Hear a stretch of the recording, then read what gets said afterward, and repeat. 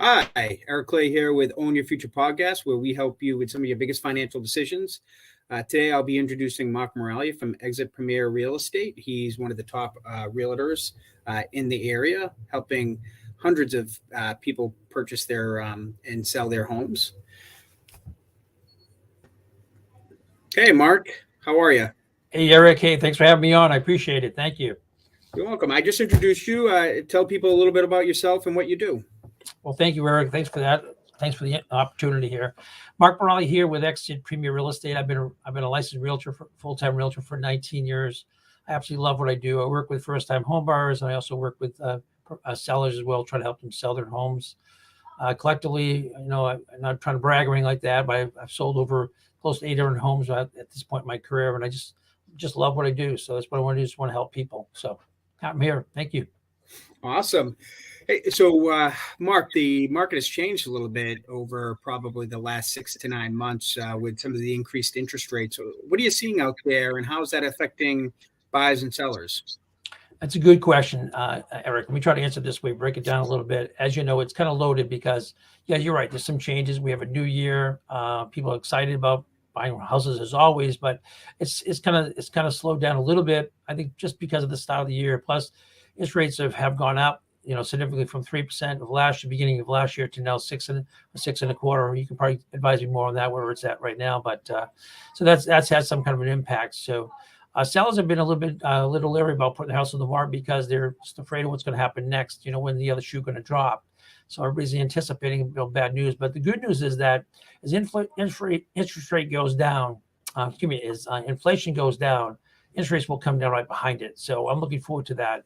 So from people like yourself and other people I've spoken to, Eric, I'm anticipating I would say by March to June timeframe, we should start seeing some good economic signs in our economy and people getting more excited about going out to buy houses. Absolutely. So, what are some of the typical tips that you give somebody who wants to buy their house, either a first-time home buyer or a new home, or somebody that already has experience buying houses? Are there any typical tips that you give these buyers? Okay, so yeah, actually there's quite a few, and it's a good question. Thank you, Eric, for suggesting that. That's a real good question. The first question would be probably the first part of the question. If we're just talking about breaking down first-time home buyers, again, I would say take your time. Look at enough properties. I would slow it down because you're paying higher interest rates. So your mortgage payment's going to be higher. Look at other mortgage product possibilities like buying it down. Maybe the sellers might be, motivated to let you buy down some points for you, which is another opportunity for first-time home buyers. So ask the right questions. Have a professional that will take care of a professional realtor, walk you through the steps and take you one step at a time. But I would say the first advice I would give is just to slow it down, ask a lot of questions, and look at as much inventory as you possibly can. For the seasoned investor, seasoned buyer, home buyer, I would say it's like any business as usual. They look for opportunities. Opportunities being that this is a motivated seller, someone's just going through a divorce, some kind of little hiccup in their world that allows them to have an opportunity to get some upside. Usually an indicator for those guys would be if they see the price of houses drop below the assessed value. And that's usually a good benchmark for a good time to maybe think about buying that particular property because it's lower the assessed value, which means lower than the market value, which is good. So that would be my advice there.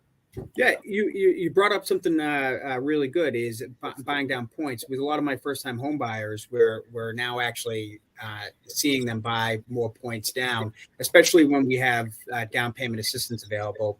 For you out there who don't know, there are some first-time home buying programs out there that allow for down payment assistance, which help with your down payment, so it reduces your overall cost when buying your first home. And so, in many cases, since you need less money, we're using any extra money that you have to buy down the rate. So if the rate's 7%, maybe we're buying your rate down to 6.5 or 6.625, depending on what the market is that day. But one of the other ways to cover it is also with a seller credit. Mark, could you tell the people, back in COVID, it was really hard to negotiate seller credits. Has it gotten easier to negotiate with the seller to help cover some of these costs when it comes to closing and everything like that? It really has, Eric. Again, another good question here, and thank you for asking. So what it is the sellers, when I prepare my sellers to sell their house in this market, I'm letting them know that there's going to be buyers coming at them from different different means. That some will have plenty of means. They'll have the 20% down, but that's a rare commodity. Most people are going to need some kind of assistance. So I've started a conversation, a dialogue with them about the different mortgage products and what this credits could mean, whether it be a buy down on their interest rates or just a straight, closing cost credit. So what I'm finding is there's not too much pushback from it. They're actually pretty receptive to it because they want to sell their homes. So just statistically right now, what we're seeing the first quarter of this year so far as it starts to open up the new year is that we're only 9 days into the new year. I think today's the 9th, yeah.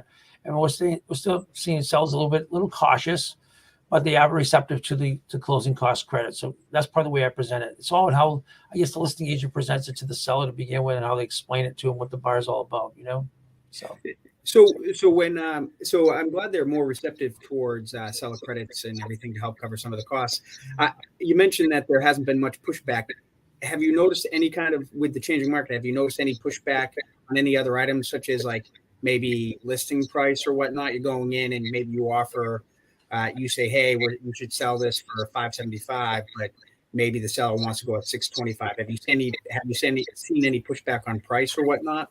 All right. Again, price is always a big factor in why people put up the house on the market to begin with. They try to price it right out of the gate and explain to them it's not just the buyer that you're going to be selling it to. You're going to have to sell it to the appraiser. So the appraiser is going to be looking for other comparisons and things in the market they can hang their hat on, that the house is worth it because of this house that just sold down the street. So that's why it's important to spend the time with the sellers and explain to them this is the market we have now, and this is what's going on. Well, you're selling twice. You're selling to the buyer, the ultimate buyer, but you also have to sell it to the appraiser when the appraisal comes through. If you overprice the house, credits or no credits, and a buyer comes through and they're willing to pay it, that's great. But the appraiser still has to appraise it at that price. That's where we have the discussion. I have it with them ahead of time, Eric. Try to so don't get all the way kick the can down the road and all of a sudden decide that the deal's falling apart because it's the appraisal price given so far off.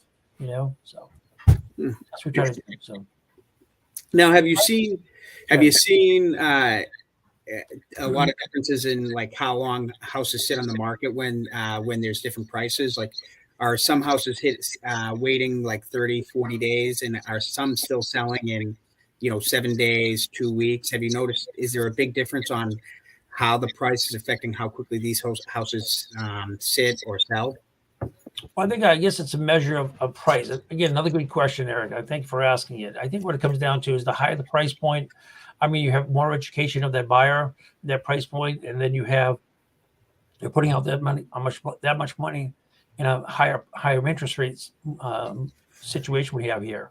So you have an educated buyer, they're willing to pay that amount of money. So those houses, those we call luxury homes or houses in excess of $500,000 on up, might take a little longer to sell, primarily because of the price point.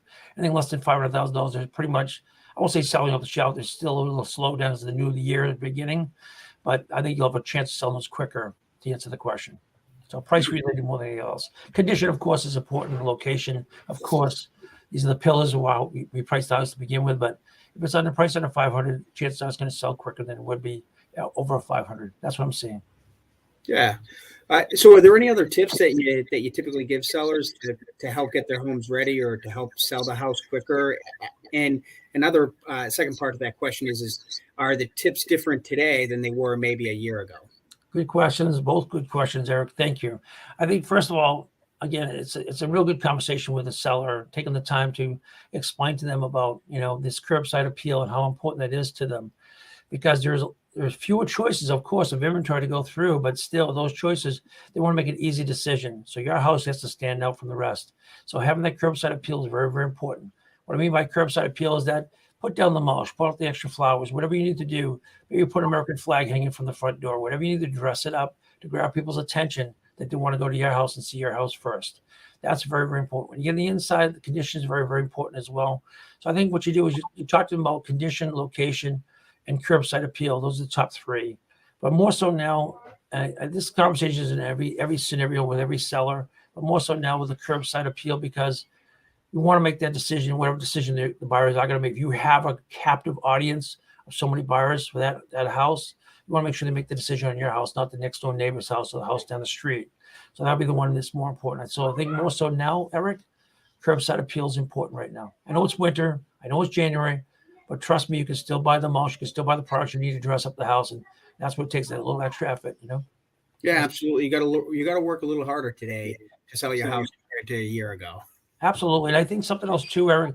The other thing too, to cap this conversation and try to answer all the questions as best I can is, I think the conversation more so now, and any kind of pushback I get from sellers is about the buy down, 2-for-1 buy down, anything like that. The sellers really don't understand what really that means. Closing cost credits, they understand that very well, but so I think it takes more time and effort, and in some cases, bring the mortgage guy like yourself into the conversation with the seller.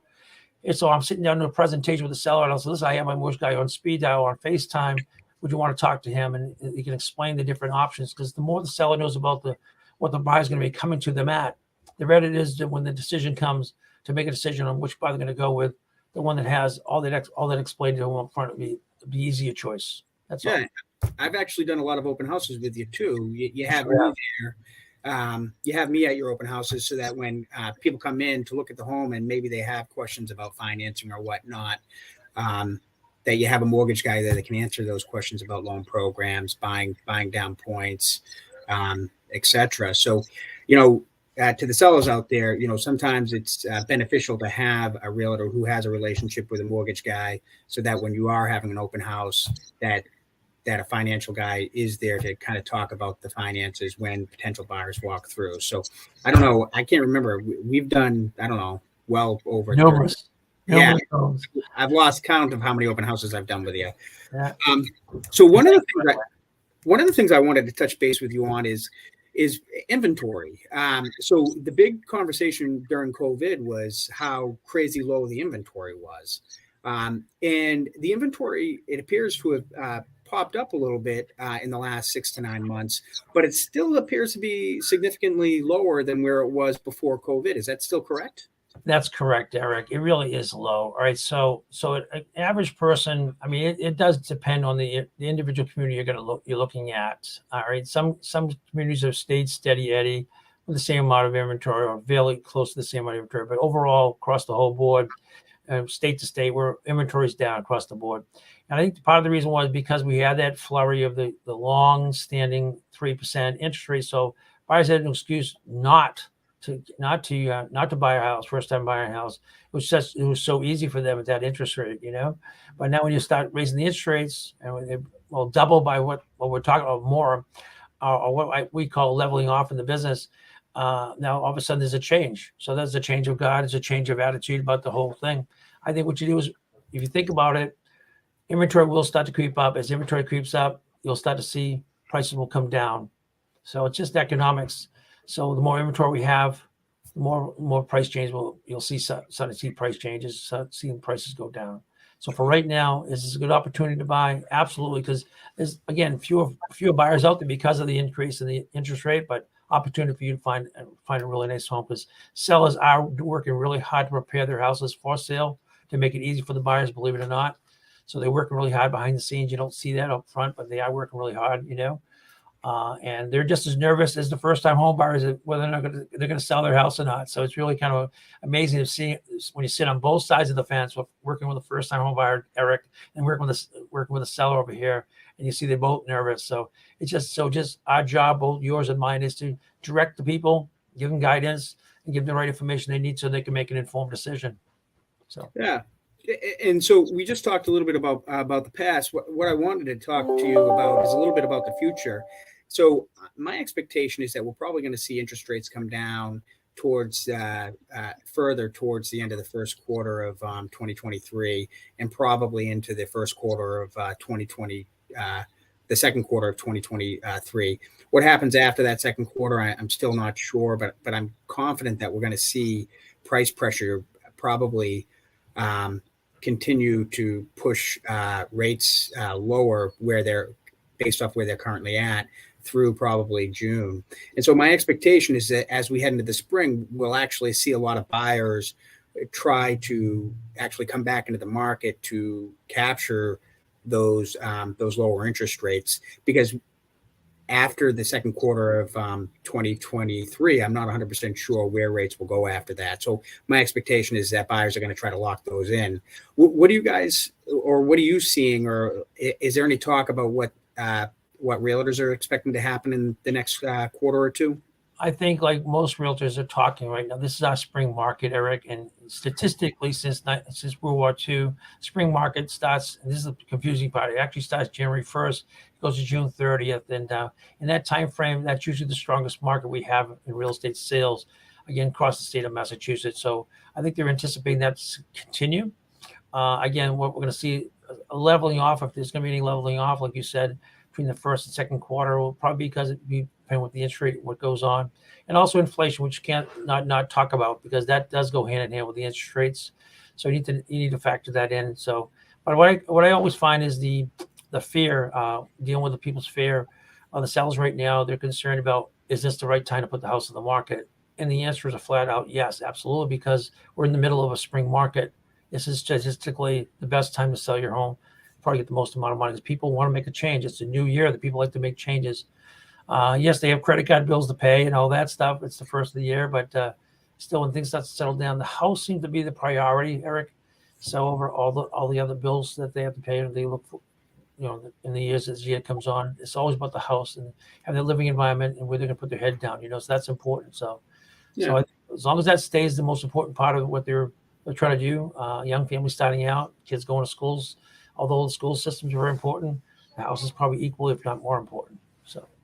So you mentioned something good. You said that this is the perfect time to get your house ready to put on the market because we're going to be heading into the spring market. Now, a lot of people that hear spring market, they would probably look at you and say, "Hey, we just had New Year's and we're literally in the middle of winter.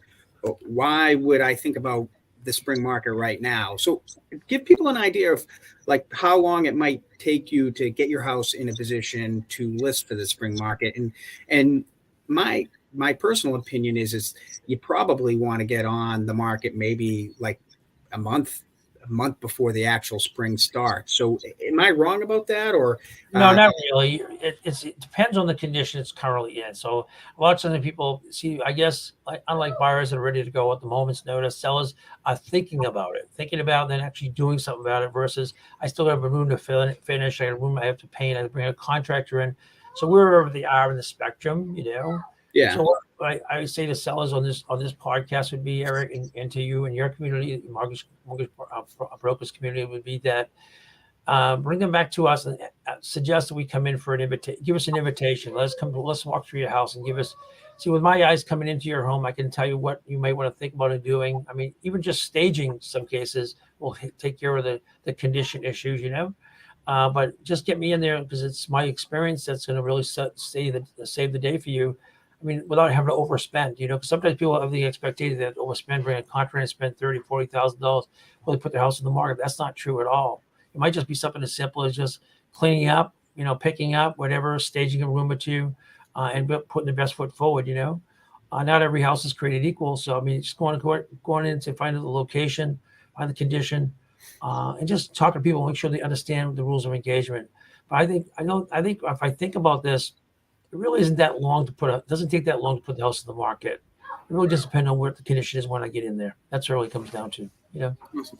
Hey, so sellers, you heard that. If you're thinking about the spring market right now, this is actually the time you need to reach out to a realtor. So, reach out to Mark or someone you trust about the spring market, because right now is when you'd want to get ready for it. Mark, you mentioned something else about people getting ready for it and like putting money into the house or whatnot. Are there some things that people just shouldn't do to their house before they're getting it ready? Like it's just too much money or it's too much time involved and they should just sell the house as is versus fixing it? Does that question make sense? It does make sense, and it's a good question. Again, it's a little loaded, but let me break it down this way, Eric. Is that if you're going to put an addition on the house, you may want to second guess that a little bit. Look at the time frame, the contractor you're using, if he's available to actually work on the house, because oftentimes if you have a projection to put the house on the market, once the construction is done, you might find that he has other jobs to do. He's not just doing your one house, and his availability. The biggest misconception that people have with contractors is that they're going to come and do their only house. That's it. You're the only house they have for a job. They may have 4 or 5 jobs on the same street. You don't know. So, I mean, when you hire someone, you need to know his availability, how fast he'll get that project done. So I think if you're going to add some space onto your house, whatever, or add addition on your house, I think you might want to second guess that. Aside from that, again, if you get me in there with my eyes in there, I can probably get a good idea what you could do to minimize your expenses to keep it just simple. And again, if the house is picked up and it's in good shape, you may find it's a little quicker than you think. Again, I have other people on my staff that are stagers that can come in and give you some good advice, some wholesome advice at no cost to you whatsoever. So again, just another opportunity for you to maximize your space. I mean, an example a question I always get, Eric, too, is a vacant home versus a staged home. The answer is night and day. In other words, night and day meaning that if it's a house is vacant, although the buyers are very smart and all that, oftentimes they're visual creatures. We all are. We have to see that couch. We have to see that bedroom set. We have to see how they would lay it out so they get some idea. So a house that's staged sells to almost 3 times to 1 versus a house that's unstaged. So again, if the house is empty, it might take a little longer to sell. That's another factor too, Eric, from an earlier question. It might take a little longer if the house is empty. So now, do you use a home stager, or is it people's own stuff, or what do you do when a house is vacant and you want it staged? Well, again, it's a good question. Okay, I do have a home stager on my team that I can refer the person to, and oftentimes, if there is furniture in the house, oftentimes they can move it around, dress it up, put some pillows, put some throws in there, some flowers in there, just kind of dress up. Again, you're trying to draw people's attention. This whole industry of staging, the staging industry, it really is worthwhile, and it's worth $300 or $400 worth of investment. If the people have to bring their own furnishings in to dress it up, the cost a little higher. But again, if you're a seller trying to get maximum dollars in this market, I might suggest you might want to think about staging. At least stage a few rooms anyway. You can in most cases, use your own furniture, but if you don't have any furniture in there, you might want to bring some furniture in and have it staged. Great. Hey, so, we talked a lot about sellers, and you and I worked a lot with buyers. And so I wanted to circle back and talk a little bit more about buyers and how to get them ready for the upcoming spring market. Obviously, you and I have done some down payment assistance programs. We have low down payment programs that we work with people on. We've gotten them into condos. What are some of the main questions that you get from buyers now or recently? Are there any particular questions that are coming to mind that, hey, a buyer comes to you and they're asking about? I don't know. I'd have to think about that a little bit, Eric. I think if anything, it's basically, I think the first thing I always have to ask them their availability. So finding their availability in their busy schedule is kind of difficult. That's usually the first thing they need to do, because a lot of times people see the houses online and they spend hours in their pajamas going through the houses on realtor.com, and that's great.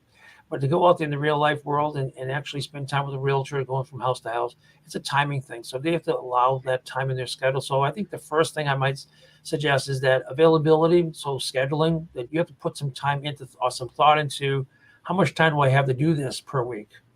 If you're 7 days a week working for somebody else, that's fantastic. You're a workaholic. That's why you qualify for a mortgage. But the reality is, when it comes to actually finding something, going in the trenches with a realtor like myself, just put some time into it. I usually tell the buyers if they're that busy, I say, give me a couple hours a week. Try to cut me 2 hours a week. Let's find some inventory for you to go see those 2 hours, and I'll squeeze into your schedule. So I'll work with buyers. So again, availability is probably the first one that comes up.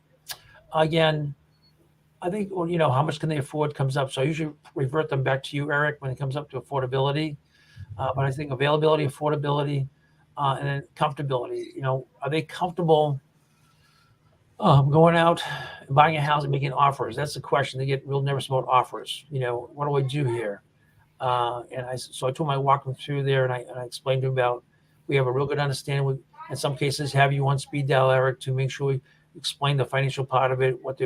They ask me sometimes, they'll ask me what their mortgage payment is going to be. And I said, well, that's kind of an Eric question. Let's ask Eric that question. So I'll revert it back to you. So I guess having a relationship, like you and I have, and working together as a team, I think especially the first time out, because they're more nervous than the sellers are. I would say try to make sure they understand, but they have to make time for this. It's a process. It's not an event. I think it's another thing too, that's come up in discussion a lot of times with first-time home buyers, is they think it's going to be an event. They're going to show up, put money down, and they're going to buy a house, like they see on the commercial on TV. It's a little bit longer, a little bit more involved in that. They have to make the time on their schedule to do this. If they do that, they'll find the houses they want. So. Awesome. Hey, so you brought you mentioned something perfect that I actually wasn't thinking about until you mentioned it. You talked about availability. So during kind of the craziness of COVID, buyers that weren't ready often missed out on houses that they wanted. Like the house was gone before they even got to see the house, or they saw the house and they didn't make an offer quick enough, and the house was gone. Are you still seeing people that are interested in homes and they just don't move quick enough to get the house, and the house is gone by the time they're ready? Well, I do have a buyer right now. He works 2 full-time jobs in Boston, so his availability is very, very limited. That's why I kind of think about him when I think about availability. But he works 2 full-time, so just getting for an hour or 2 of him, or lunch breaks, only to be able to show him something and getting us into that foot in the door to see it at that time is challenging. But I would say, to answer the question, I think probably bring it back to you each time, because it really comes down to their availability. They're not as available as they think they could be. And I think once they put their heads together with their spouse, and they need their spouse to be part of this equation too, Eric, to help them make the decisions. To make a decision in a house, an individual person could do it, but it's better if they do it together. So I think it goes back to availability and having something where you're available to them to be able to talk about what their payment's going to be. I think that's really makes it a little easy for them to get out there to do what they need to do. So does that Yeah. answer your question?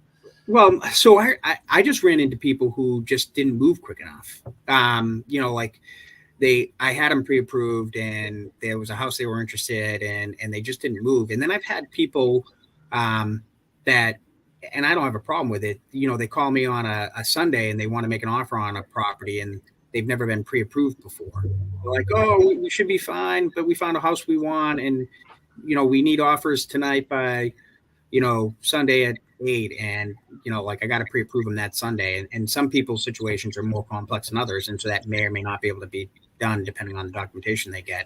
So I just wasn't sure how often you ran into people just not moving as quick as they need to, and the houses get sold out from underneath them because they just didn't. Well, as you mentioned, between COVID and the 3% interest that was pretty prevalent for quite a few months in our economy, I think that really had a real factor. And like I said, a lot of people were disappointed that the house they wanted to go see, they couldn't even see, was already under agreement within hours. It was just crazy. So there was a time we had to go through that. I think this leveling off of interest rates we have now, it creates that less and less of that happening now.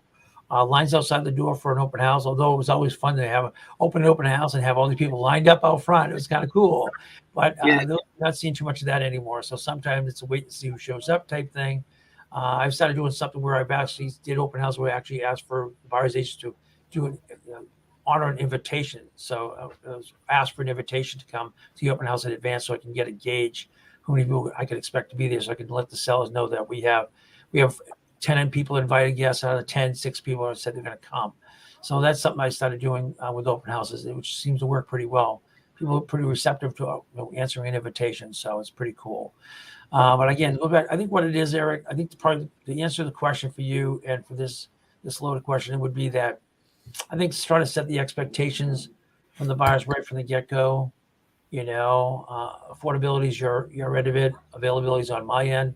Try to answer those questions, set it up perfectly for them. Is everybody going to be ready to go right out of the gate? No, I think what it is, their expectations are higher than what's really going on out there. So trying to set them right and put them in the right place. I think that's our challenge, both yours and mine. So. Absolutely. What I would tell the buyers out there is that if you love a house, the chances are that other people love the house too. And so the house that you is potentially going to go quick. So you want to try to avoid trying to get pre-approved on a Sunday. You can do it.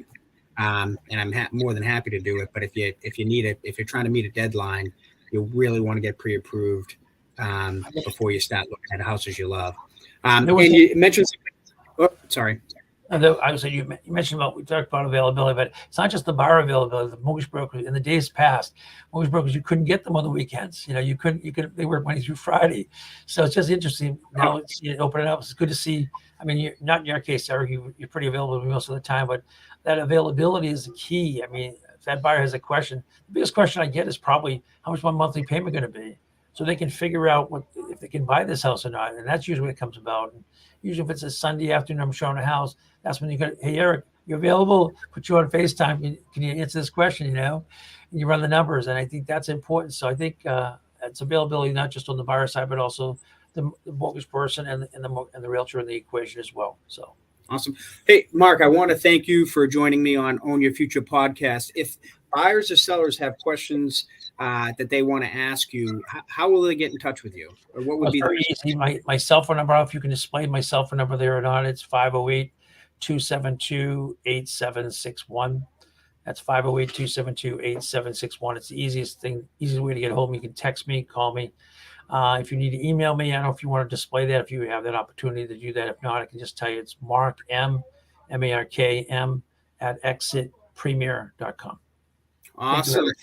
Well, thank you for joining me, Mark. And buyers and sellers, if you have any questions, reach out to Mark or myself, and we'll be happy to direct you on what you need to do. This is Eric with Own Your Future podcast. Thanks, guys.